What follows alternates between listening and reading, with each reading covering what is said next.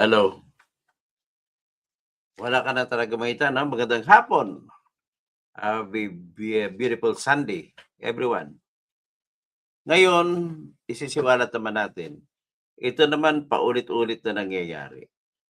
Itong mga nasa puwesto na mga magnanakaw, pinangungunahan ni BBM at ang mga lahat diyan ay kumukumpas pabor sa kanya kasi kumikita sila at sila ay gumagana. Ngayon may drama na naman sila. Obviously, nagulat sila nung ang counter affidavit ni Alcantara ay bumaliktad. Sinabi na nito na tahasan na wala siyang ginawang kasalanan. Wala siyang ginawang partisipasyon sa pagluluto sa mga pagkikitaan sa kontrata. Sinabi niya na hindi siya nakipag-usap kanino man. Lahat basta malinis siya. Ito yung sinabi niya, nagugulat ako. Kahit ako na abogado niya, hindi ko gagawin yun na mag-advise sa kanya na bigla yung pagbaliktad niya 180 degrees. Sa pagbaliktad niya 180 degrees, nakalimutan nata niya na nagsauli siya ng 181 million pesos sa Department of Justice. Nang ibig sabihin po na nagsauli ka at aktual, nakita natin ang pera. Saan manggaling yun ang pera? Kung hindi ka nagnakaw, saan ang galing ang pera? Yan ang tinatanong ko, hindi ko maintindihan ang diskarte ng abogado nito. Kulong na yan. Ano pang ibig sabihin? Maliban na lamang no, kung may interest, analyze natin na maigi. Pero bago natin analyzein, nakikita ko na naman yung mga nagugulat na mga tao ni Bongbong Marcos. Sinisino naman si Sara doon na pabaliktad. Matanong ko nga kayo, bago bumaliktad si Alcantara, sino ba may hawak sa kanya? Nasaan siya? Sino gumawa ng affidavit niya? Abogado niya. Kahit abogado niya hawak, engineer siya.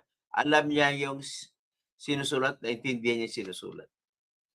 Kahit hindi abogado si Alcantara, alam niya yung mga bagay-bagay na pag-amin ay ididiin mo sa sarili mo. At alam niya rin na tumistigo siya sa Senate Blue Ribbon Committee. Yung unang testimonya niya ay tinanggi niya. Pangalawa, noong September 23, tumistigo sa uli, inamin niya. Nagbanggit pa siya kung kanino siya nagbibigay ng pera.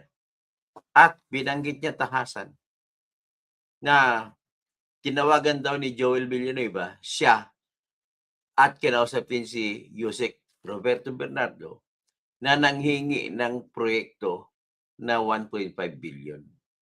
Nasabi nila, yung 1.5 billion daw na yun ay para doon sa multi-purpose building. Pero dahil wala silang hawak na listahan ng proyekto na tinatag na allocables, binibigyan pala kasi sila sa Bulacan na nanggaling sa secretary ng DPWH. Meron silang nakatoka na tinatag allocables. Ang allocables na mga proyekto ay sila na bahala magdiskarte kung kanino nila, kung saan nila ilalagay na lugar, saan itatayo, magkano, at paano diskarte kung may tinatag kaninong congressman ikakabit o kaninong senador ikakabit. Importante daw kasi sa kanila ata, hindi ko maintindihan bakit importante na nakalista na meron para kay Saldico, meron para kay kung sino-sino bang mga congressmen. Bakit kailangan idikit sa congressman? Bakit kailangan idikit? Para may ipapatupad ang proyekto. Kayo naman ay DPWH, kayo ang may trabaho para magpapatupad niyan. At bakit ganun ang tanong ko? Bakit Hindi ko talaga maintindihan ang diskarte ninyo.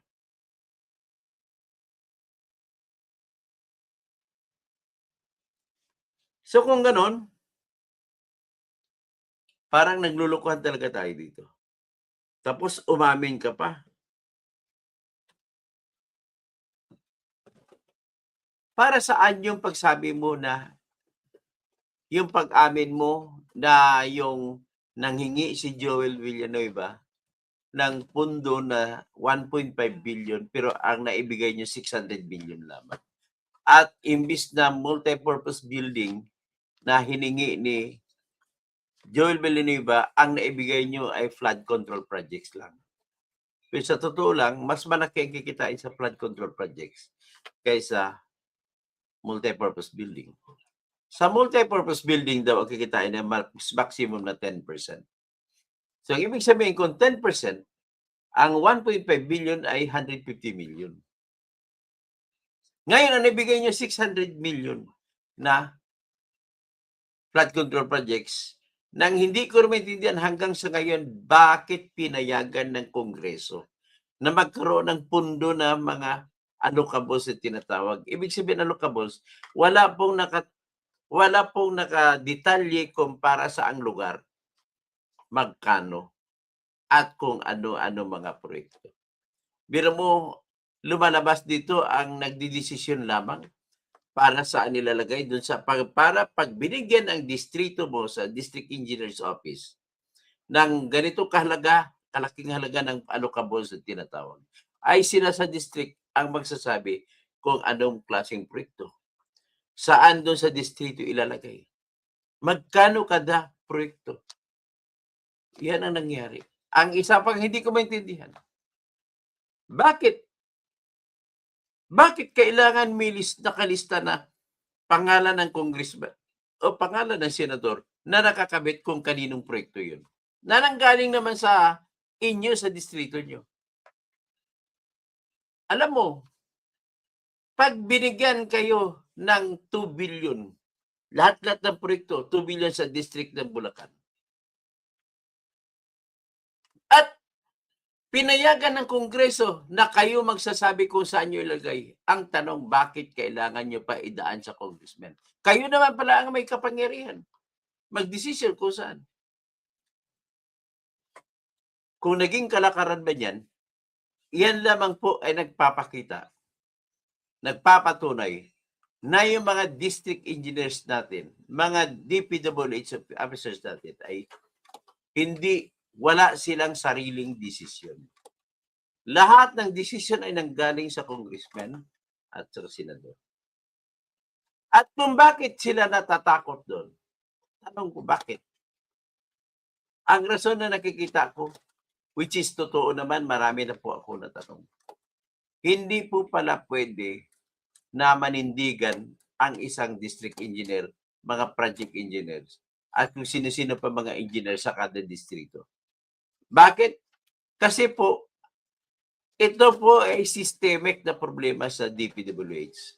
Bakit kasi hindi kayo nag-a-appoint na mga engineers dyan na permanente ang kanilang pwesto na hindi sila pwedeng tanggalin?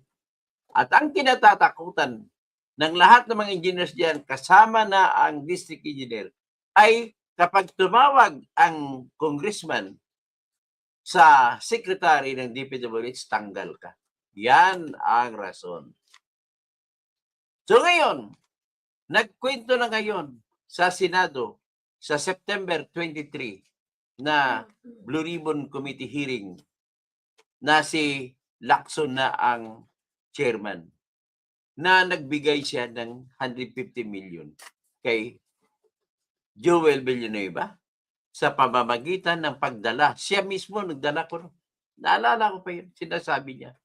At binigay niya kay Peng, na tao ni Joel Villanueva. Ngayon, bumaliktad siya. Kasabay ng pagbaliktad niya, gumawa rin ng affidavit si Peng na hindi niya kilala si Henry Alcantara. May isa pang tao na tauhan ni Joel Villanueva na tagahawak ng susi ng gate ng bahay niya. Mansion ng bahay ni Joel Villanueva. Tanging utos lamang ni Joel Villanueva ang makapagpagalaw sa kanya na bubuksan niya ang gate. Siyempre sa kwentong ito, kailangan na buksan ang gate kasi may mga mali-malitang pera na dadalhin si Alcantara. Ang isa pa sanang ebidensya diyan kung mayroong CCTV. Ang problema, kung meron man, naitago na yun. Nabura na yun kasi ang alam ko sa CCTV ay kahit yung aking CCTV, 30 days lang po yung pwede mong nakatago siya, nakabangko. After 30 days, every 30 days nabubura, napapalitan ng bago. Ng mga bagong kuha ng CCTV. So ngayon, nagugulat ako nung nabalita nung Biyernes na ang sinumiti na affidavit, counter affidavit ni Henry Alcantara ay sinabi niya tahasan na wala siyang partisipasyon kahit anuman.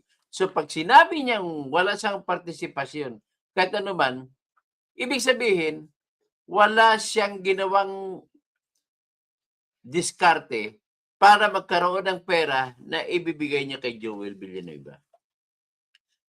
Sa pagkatao ni Alcantara, dalawang tao ang sinasabi niya na binigyan niya ng pera. Si Joel Villanueva at saka si Roberto Bernardo lamang. Di, tatlo. Meron pa isa. At nag-deliver daw siya kasama si Bryce Hernandez. Nag-deliver pa siya ng pera kay Saldico. Sa bahay mismo ni Saldico doon sa Ladybug Street sa loob ng Valle Verde sa Phase 6. So Ladybug Street, corner Dragonfly.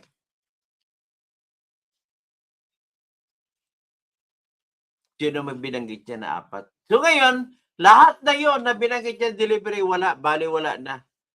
Malalagay na ngayon sa question, sa tanong kung totoo pa ba yan o hindi. Sapagkat tahasan na binanggit ni Alcantara na wala siyang ginawang kasalanan. Pero may pag-asa pa rin. Pero malaki ang tiwala na nawala sa kanyang testimonya. Bakit? Bumaliktad niya eh. Ang saving grace na lang nandiyan. Pero nagbalik ka ng 181 million lahat. Saan nang galing yun kung wala kang ninakaw?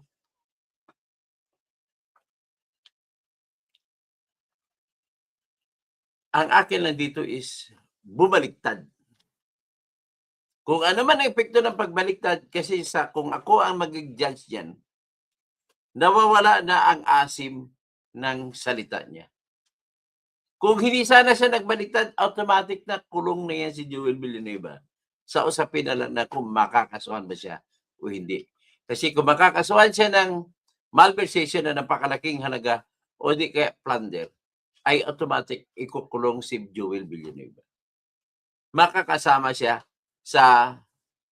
kay Bong Revilla, kay Jinggoy Estrada. Pero ang kaso naman ni Bong Revilla at saka ni Jinggoy Estrada, si Roberto Bernardo naman ang nagsasabi. Walang kinalaman si Alcantara doon. Ang pakialam naman ni Alcantara, yung kay Joel Villanueva. Tapos ito na naman. Ang galing talaga to ng mga spinners. Tawag ko din spinners paikutan. Ng mga spinners na tao ni Bumbong ni BBM. Sinasabi naman nila na si Sara doon ang pabaliktad. Imposible mangyari. Unang-una, bakit imposible mangyari? Si Alcantara ay nasa Witness Protection Program. Hawak siya ng Department of Justice. Lahat ng tao na pumasok kay Alcantara ay nakamonitor, nakalagbook. Meron pang CCTV sa labas ng kwarto. Alright, pwedeng mangyari na lalapit ka ngayon sa abogado ni Alcantara. Yes, pwede. Kausapin mo ang abogado ni Alcantara kasi ang abogado ni Alcantara, yun naman ang gagawa ng aktual na statement sa salaysay. Pero kahit abogado pag gagawa, lahat naman yan ay ipapabasa muna kay Alcantara kung tama na ba to o hindi pa. At kung may pagbabago, palitan natin. In other words, hindi mo pwede na pabaliktarin ng basta-basta na lamang. O ng isa English ng basta-basta, just. Hindi mo pwede mapabaliktad ng basta-basta lamang si Alcantara. Kahit na hawak mo pang abogado niya. Maliban na lamang kung talagang may plano dyan. Mamaya, alamin natin kung ano talagang totoong plano na pwedeng mangyari sa pamamagitan ng analisa. So, analysis ito ha, hindi ito balita. I'll just make it straight. Hindi ito balita. So, do not call me na nagpipick news ako. Next! Paano mangyari na si Sara ang nagpabaliktad kay Alcantara? Ang katwiran ni Montolpo ay kailangan daw kasi ni Sara sa kanyang parating na impeachment na kaso na isasampa laban sa kanya nitong grupo ni BBM. Mind you ha, pati itong mga makakaliwa, mga grupo na ni BBM lahat yan. Hawak yan sila sa liig. Kasama na si Jesus Falsus in uno, Falsus in omnibus, si Atty. Jesus Falsus. Sinisira mo lang sa mga ginagawa mo, Francis. Sinisira mo lang yung reputasyon ng University of the Philippines College of Law. Kung gising lamang ngayon, kung buhay pa ngayon, yung taong nagtayo ng UP College of Law na si Justice George Malcolm, mumurahin ka nun. Ha? Jesus Falsus? You are destroying one of the greatest achievements of one of the greatest law schools. Sisirain mo. So anyway, sinabi ni Montolpo na kailanganin daw ni Sara ang si Joel Villanueva na hindi matatanggal, na hindi makukulong para magdepensa sa kanya para hindi siya magdidepensa sa kanya sa Senado. Una, yung katwiran na yan ni Ramon Tulfo, tahasan ko sinasabi na imbento nyo lang yan ni BBM sa inyong utak na walang kwenta, utak na bubo. Bubo ka naman talaga, Ramon Tulfo eh. Kaya ka nasuntok na bugbog ka ni Remart Santiago eh. Bubo na matagbal lang na parang lata na malakas magsalita.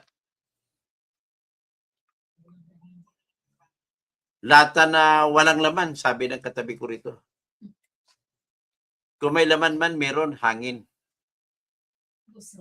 Ha? Paano mo masasabi na si Sara ang dahilan yan? Una, naka-witness protection program, gwardyado si Alcantara. Number 2, kahit na makiusap ka sa abogado ni Alcantara, babasahin din ni Alcantara yan. Pangatlo, nakakontrata si Alcantara sa Department of Justice na magiging state witness para isiwalat ang lahat ng alam niya na totoo para makulong ang mga politiko na nasa loob ng tara nila. So, paano mo ngayon may ipapasok na magiging posible ang imposible? Ramon Tulfo. Na si Sara ang dahilan kung bakit bumaliktad si Alcantara. Kasunod na tanong, hindi naman po makakatulong si Joel Villanueva sa kasakaling may impeachment na ihahain laban kay Sara Duterte.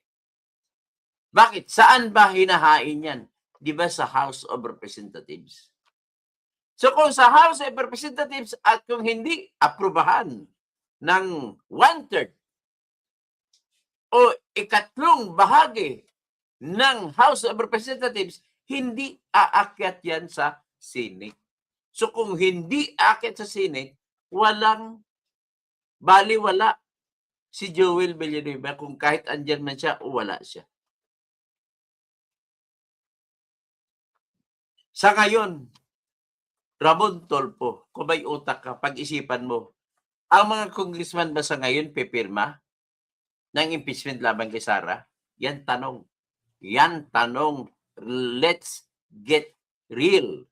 Maging totoo tayo. Ano ba talaga? Lahat ng congressman ba pipirma ba yan? Kailangan mo, kasi as of the present, meron, hindi ako nagkamali, 318 na congressmen. So kung 318 ng congressmen, kailangan mo ang 1/3 para na pumirma para may iakyat ayon sa konstitusyon na pwedeng iakyat sa Senado ang kaso na impeachment. So ano ang 1/3 ng 318? So para mabilis ang mathematics natin, 300 divided by 3, 100. 18 divided by 3, 6. So kailangan mo ng 106 na pirma ng mga congressmen. Tanong, kaya ba na magpapirma ng 106? Sagutin natin sa pamamagitan ng pagtingin muna sa nakaraan. Sa nakaraan, nakapapirma kayo ng 215 na congressmen. At nakapapirma kayo dahil nagbigay kayo ng pundo. Kada congressman, binigyan nyo ng pundo. Kaya nga nakahindot-hetot itong flood control na to. Kasi dyan yun ang galing ang pinamigay sa mga congressmen na traidor sa inang bayan na pumirma-pirma para lamang makakuha ng pera na hindi para sa kagandahan, kundi para sa kanilang bulsa. So ngayon, sa tingin mo ba mauulit yan? Kaya ulitin na hindi nga 215 ang kukunin mo, kundi kahit 106 na lang. Number 1, pahirapan ng pundo. Binawasan ang pundo ng flood control. Iilan na lamang sa kanila magkaroon ng access ng mga congressmen.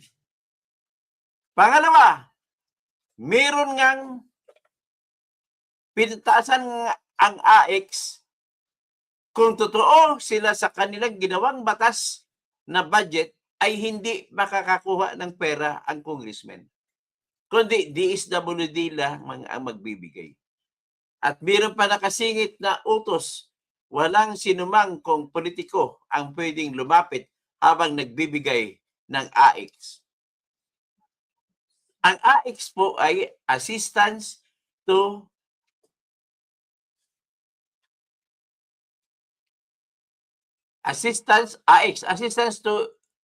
indigenous or assistance to individuals in crisis situation. At kung may kailangan ka, ang gagawin mo, mag-email ka lang o di ka buksan mo yung website ng DSWD at ibigay mo dyan, mapuputulan ako ng kuryente, ito po yung bill ko.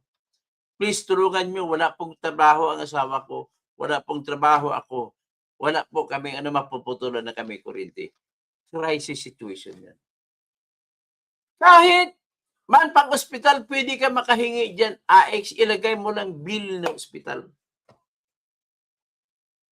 Kahit anong klase, pang-bayad ng tuition, pwede ka manghingi dyan. Pambili ng pagkain, pwede ka manghingi dyan sa AX. Ang tip ko lang sa inyo, buksan nyo ang DSWD website at doon kayo mag-apply. Kung totoo man yan, well, gagana yan. Pero problema ko, kung kunwari lang pala yun. At dadaan pa rin sa congressman. At kung walang pirma, endorsement, rekomendasyon ng congressman, hindi ibibigay ng DSWD. Yan ang pinaka-problema ko.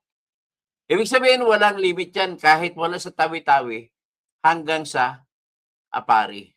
Pwede kayo manghingi ng ganun.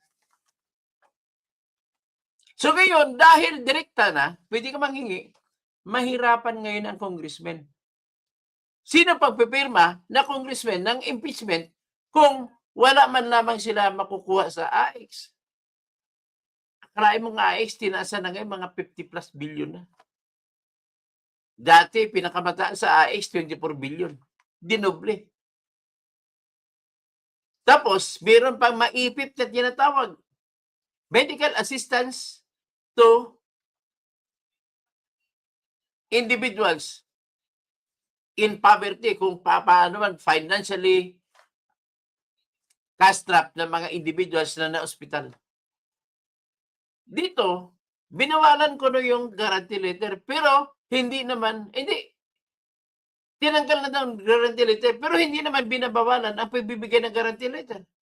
So, ibig sabihin, dadaan ka sa congressman at iyon ang unahing bibigyan ng DSWD, ng Department of Health ng pera. Para saan niya maipip? Pagpapunta ka sa ospital, kukuha ka, dati kumukuha ka ng guarantee letter, dalhin mo lang yan, ipakita mo sa ang ospital, privado man, mapampublikong ospital, pwede ka na magpagamot, lahat sagot. Ngayon, meron pa rin guarantee letter. Pero sabi nila pahirapan.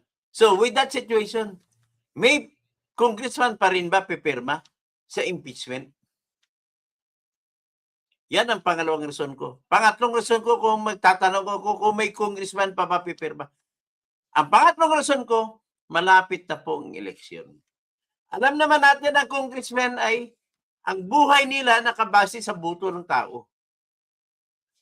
Kaya ba nila kontrahin si Sara? Lalo na sa lugar ng Visayas at Mindanao? Kaya ba ng mga congressmen dyan kukontrahin si Sara? So kung hindi nila kaya, hindi sila pipirma sa impeachment. Kasi mapiktahan ang boto nila. Huwag na tayo lumayo. Yung congressman namin sa South Cotabato, 2nd District, si Congressman Peter Miguel, natalo siya ng bumabalik na congressman na si Dinan Hernandez. Sapagkat ang issue lamang kay Congressman Peter Miguel ay isa siya sa pumirma ng impeachment laban kay Sara. Kita mo. Si Atzaron, Attorney Atzaron sa General Santos City, natumba, natalo. Dahil sa pumirma siya at nag-abogado pa laban kay Sara. Ang dami nilang, ang mga nanalo, nalagay sa tinatag na ital-ital. Naglambitin. Buti na lang nanalo ko, hindi pa nandaya, hindi na nanalo. Ganun po yun ang katotohanan at malapit ng eleksyon at wala nang pangil si Bongbong Marcos. Wala nang pipirma na congressman dyan. Kaya dahil wala nang congressman na pipirma sa impeachment ninyo, laban kay Sara, paano pa magagamit ni Sara Duterte si Joel Villanueva na gagawa ng paraan na ang mga aligasyon ni Alcantara laban kay Joel Villanueva ay dapat maalis, dapat matalo? Wala. You are dreaming of the impossible. Kaya siguro ang team song ni Montolpo, the dream, the impossible dream, to fight the unbeatable foe, the bear, the unbearable sorrow, the right, the unrightable wrong. Ganun ata ang team song ni Montolpo. Pero he speaks upon the instructions of Anticlair Castro and BBM at Romualdez. Ay si Montolpo, number 1 na balimbing yan eh. Dati kay Duterte, si Duterte, inappoint pa siya doon na special envoy sa China. Ay, grabe itong Tolpo to. Wala ka ng kredibilidad, Mon. Naalaala ko sa programa niya, tinanong niya si Rowena Guanzon. Sabi niya, attorney, personal ito ha, pwede bang malaman kung tumboy ka ba talaga? Alam mo yung sagot ni Rowena Guanzon sa kanya? Pwede rin ba ikaw matanaw? Personal din? Anong tanong nyo? Ilang inches ang pututoy mo? Ganon po yun si Montolpo. Ganon katarantado yun. Tingnan mo yung mga kapatid niya nag-senador. Ginamit lang nilang popularidad nila para maging senador. Anong ginawa? Wala. Hindi nila binabanatan si BBM. Hindi nila binabanatan si Romualdez. Kahit na inaakusahan yung kanilang boss na si Edvic at saka si Eric Yap. Boss nila na smuggler, inaakusahan na. Na nagnakaw. Hindi pa rin sila sumasagot. Ang si Eric Yap, Edvic Yap ay sila yung boss sa CIS. Sila ang kumukuha na congressman, si Tolpo, Erwin, at saka si Jocelyn Tolpo, na asawa ni Rapi Tolpo. Tahimik lang sila. Sa tingin mo ba, kaya ni Erwin at saka ni Rapi kukontrahin ang investigasyon laban kay Edvic Yap, Eric Yap? Hindi. At kakampihan man nila yan, siyempre boss nila yan. Ganon ang mga utak tulpo. Utak tulpo. At abangan ninyo, tatakbo po yung kaso ko na kuwaranto laban kay Tulpo. Inaantay na lang may budget ang Senate Electoral Tribunal at magpapatawag na yan ng hearing. Tatakbo na ang kaso ko na pagpatanggal kay Erwin Tulpo dahil sa siya ay Amerikano. Si Erich Sylvester Tulpo. So kayo ba? Maniniwala ba kayo na si Sara ang nagpapabaliktad kay Henry Alcantara? O, nasa inyo na lang yung sagot. Basta pinasinta ko yung katotohanan. Ang problema kasi sa kanila, ang mga katwiran nila kagay ka Palsis, mga makapink, makadilaw, ang katotohanan dyan, nagsanib, pwersa na sila ng mga demonyo na bibiim. Kaya wag ka may maniwala kay Dilema, kay Chiljokno, mga akbayan, kay Rizon Tiberos, na pumirma naman, inaprubahan niyang BICAM noong 2024 na budget. Tapos, nung nababas na kinuha na yung 90 billion mula sa pellet at saka 107 billion mula sa PDIC, nagtatalak, nagreklamo, nagsisigaw. Napaka-ipokrita mo, Inday Risa Hontiveros. Pilig mo laging malinis ka. Nagbinisto ka naman ni Anthony Taberna na may 3 billion ka nasingit na pundo. Umiiyak ka. Ang gusto mangyari, malinis ka. Tangina mo. Puro kayo mga papagkunwari. Kaya hindi nag-aasinso ni mga sa ngayon. Sa panahon lamang sana ni Noynoy, nabuhay muli yung dilaw. Pero dahil sa marami si Noynoy inappoint na mga kurakot, ayan, bagsak na naman kayo. Number 1 na kurakot na inappoint ni Noynoy dyan, si Mar Rojas. Kasama niyo dyan si Josie De La Cruz na inupo nyo sa PhilPost. Iubos ang pera ng PhilPost. Mga tao ni Noynoy yun. Kaya, huwag tayo, si Noynoy maniwala ko na malinis. Pero number 1 na kurakot na inappoint ni Noynoy ay sino si Espo. Executive Secretary Paquito Ochoa. Espo. Kaya wala tayo papipunta dito. At least natutuwa lamang ako ngayon dahil sa malakas na ngayon ang internet, ang social media. Marami ng tao ang kayang labanan ang mga bilihan ng boto. At hinihimok ko po kayo, sabihin ninyo sa inyong mga anak, pamangkin, apo, ng mga Gen Z na tumakbo kayo lahat sa 2028 elections. Gusto ko yung mga Gen Z kagaya ni Libeste, ni Kiko Barsaga, at saka ni Eli San Fernando ang mananalo sa susunod na halalan. Kasi kahit man anak sila ng mga nepo sila, kahit anak man ng mga kurakot, iba pa rin ang utak ng mga yan kumpara sa kanyang mga magulang. Kaya kailangan natin sa 2020 tulungan natin ang lahat ng mga Gen Z. Sila ang tatakbo sa mga malapit na halalan ng barangay. Takbo kayo, kagawad, kapitan. Sa halalan sa susunod sa 2028 para sa pagka-mayor, vice-mayor, konsihales, gobernador, vice-gobernador, bukal, at sa pagka-senador, kung pwede naman, walang age limit sana, pati mga congressmen, takbo kayo lahat. Tutulungan ko kayo dito. Padala nyo sa akin ang inyong mga campaign materials at lagi ko kayong ibablog, tutulungan ko kayo. Libre, walang bayad kahit piso. Hanggang dyan na muna tayo ngayon.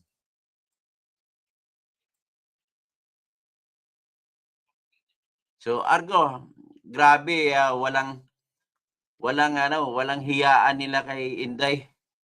Kung ano-ano pinagbibintang nila.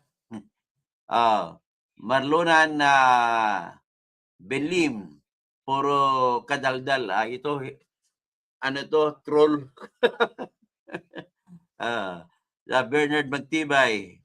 Tapos shout out Sir Toto o Kamote. Tapos Sir Toto, sama ako sa iyo sa pakipaglaban mo sa mga magnanakaw. Salamat po. Maglaban tayo araw-araw. Andes, paki-share mo lagi po. Paki-share niyo lagi ang aking mga pagbabanat sa mga magnanakaw. Love TV Patrol, walang paki si Sara sa mga engineer, kalukuhan ng pinagbabaliktad ni Sara. GC Abendanyo. Tapos Andrea Gueco, watching from Singapore. Mayapag at panapon, Andrea. GC Abendano. Sino si Boy Pepsi Paloma at saka si Boy Tago at saka si Pepsi. Si Pepsi Paloma, si Tito Soto. Hanggang ngayon hindi pa natuldukan ang pagkapatay ni Pepsi Paloma. Ang sisisihin niyan si Tito Soto, Vic Soto, si Joey De Leon, saka Richie D. Horse. Kamote, tapos San Diego ko, watching from Singapore, Jesse Mindanyo, alin yung gawa-gawa, no? Gawa-gawang ebidensya ng Malacanang tungkol kay Joel Villanueva at saka kay Jinggoy Estrada na gawa-gawa lang Malacanang at pinapatulan ni Boy Tago at saka ni Pepsi Paloma. Si Boy Tago pala ito, si Ping Lacson ba ito? May pagkat panapon sa mga kabalin, naimbag nga malim, sa mga kakabsat.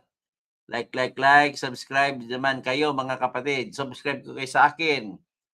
Snipe Team Bantag. Also, host Duterte lang sa kalam. Tapos, si Pyra Lucas, proud mga DDS. Siyempre, proud mga DDS yan, Pyra. Tapos, si Charlie Whiskey. Sabi po, ang mga BBM kasi Pyra, tsaka Makadilaw. Puro magnanakaw. Kaya wala kang maasahan sa mga yan. JC Abendano, lahat ng mga bataan pala ni Duterte nakukulong. Lahat, sino bang bataan na nakukulong? Wala naman nata JC Abendano. Sino ba? Sa Senado, wala pa naman nakulong kahit isa eh. Kwento lang naman yan. Ito, nakikita natin, nabaliktaran na. Si Edwin Haban, panay na opinion, abogado ka pa naman. Tarantado itong Edwin Haban. Ang bubo mo talaga. Paano ako magbigay ng balita? Wala pa naman ako diniting natin balita sa TV. Nagbibigay ako ng opinion, kaya klaro ko eh. At saka ang opinion ko, base po sa batas. Saka base sa katalinuhan. Sa lohika. Maraming tao na sobrang igit kay BP Sara. JC Abendano, lahat ng bataan ni Sara Duterte, nakukulong lahat ng bataan eh. Paulit-ulit po kayo. Bakit po? Argo, kaya galit ako sa bakla dahil kay Palsis. Sigurado katakot-takot na mura ang marinig niya. Si Bujak Sniper, salamat po sa iyong palipad. Maayong gabi. Sir, host. Padayon lang, solid Duterte supporters. At sabi ni Kamote, Obob, Dennis Causing, Brad, Argo, salamat sa support kay host. Tapos JC Avendaño, paghanda kasi pinaghandaan kasi ni Bongbong Marcos yan para mabawasan na ganun pala ibig sabihin. Okay. Salamat sa support kay host. So wala nang maniwala sa mga Tulpo Brothers, Engineer Toto. Dapat huwag na nang iboto yung mga dalawang tulpo na yan. Boljak Sniper, tapos Argo, please share, like, and subscribe. Nick Kison. Impeachment kay BP Sara, may pera, paldo sa February. Tabita Partulyo, may budget naman na naprubahan mga magbabayan. Kamote, ang laki talaga ng takot ng ubob kay BP Sara. So Nick Quezon, Bercy Piquero, tapos sino pa? Thank you Sir Toto, maging kausing sa naabutan ko. Salamat din po. Sino pag iba? Si Joaquin, si Denby Elacion. Good afternoon, Sir Doc Kausing. Tinanggal na po si Vince Dizon sa papalit na Engineer Jose Aliling pakitapik, sige patingnan natin si Jose Aliling na yan. Bing Diboke sa Mambing, kumusta? Love TV Patrol, Bergie Pequero, Nick Quezon, Pakabayan Black, Tinyo, Indanya, Sindanya, Ilago, sino pa siya? Si Arculot ko, si Renico, Dilema, Jokno, pera kailangan doon nila kikita sa impeachment ni BP Sara. Attorney Toto Kausing, magaling ka sa paliwanag. Salamat po. Sino pa? Si simpleng tao, Joaquin, may bias din yan si Ben sa mga kapatid niya. 15,000. Good afternoon. No, drawback, Vibranium, babango, babango sila kapag ang impeachment nila si BBM, yun dapat impeach nila si BBM para babalik ang bango sa kanila. Love TV Patrol, bad bubo daw ako. Devil pa raw. Tapos ni Kison, Toll for Brother, yabang lang, kapital. Host, si Argo, host, tahimik ngayon, Tolpo. Ang tapang dati, ngayon tamimi. Lorna Balustama Lidisma. Ay, Ma'am Lorna. Okay. Good afternoon, Toto. Okay. Sa Roland Catedrilla, oy, mga kamag-anak ni kabigan ko na si Alex. Tapos sa Taurus, BBM Kamatan sa flood control. Risa may 3 billion insertion. 15,000, Teodorica Bacole. Namuka Riza. Roland Catedrilla, 10 days po lang ang almost 500 million na ang napanalo sa loto. Ganun ba? Grabe Simpleng tao, madadawit kasi sila kung babanatan si Yap kasi kasamahan nila yun sa AXIS. Alcala, tama naman. Lahat ng ilang ninanakaw nila. Joaquin, Tita Abel, oh my God, akala ko nawala na palamura at nabahong bunganga. May nagpalit na naman pala. Akala ko ang walang pinag-aralan panamura. Tapos Melso Imday, Sniper, Argo, tapos Doktor, di ko alam, abogado ka pala ni Persilapid. Opo, abogado po ako ni Persilapid. Perli Pinto, good day, bossing. Biko Soto din, Gen Z. Okay lang si Biko Soto, medyo maganda naman ang kanya performance. Hindi siya sumusunod sa tatay niya. Magandang araw po, gusto ko lang po sana mapasalamat sa iyo dahil po nakikita ko ang mukha mo ay natatai ako, ganun ba? Akala ko ba pinupuri mo ako, lazy roundhead? Ay hindi na kita basahin, paulit-ulit lang yan. Makatambay, Sir Toto, hanggat kailan kaya matatagalan man ng mga Pilipino ang napakaraming kabalastugan? Kailangan lumaban tayo sa pamamagitan ng pag-informa sa mga kababayan natin. Nikidias ko lang, Sir Toto, bakit kaya hindi ninyo tinatapik about sa namundok na kabataan? Tatapik natin namundok na kabataan. Alamin ko lang detalye. Simpleng tao, noong maingay si Rapi nung nakita na may dumaan na plate number na link kay Sherwin Gatchalian. Pero nung dumaan anak niya mismo sa bus, tamimi. Lisa Flor, sa iba pang maibuboto, wag lang si Leveste at Barsaga. Bakit? Mas magaling yung si Leveste sa Barsaga po.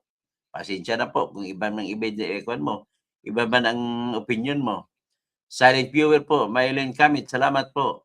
Ben Lopez, kumusta ka na? Toto Idol, salamat. Okay pa rin po.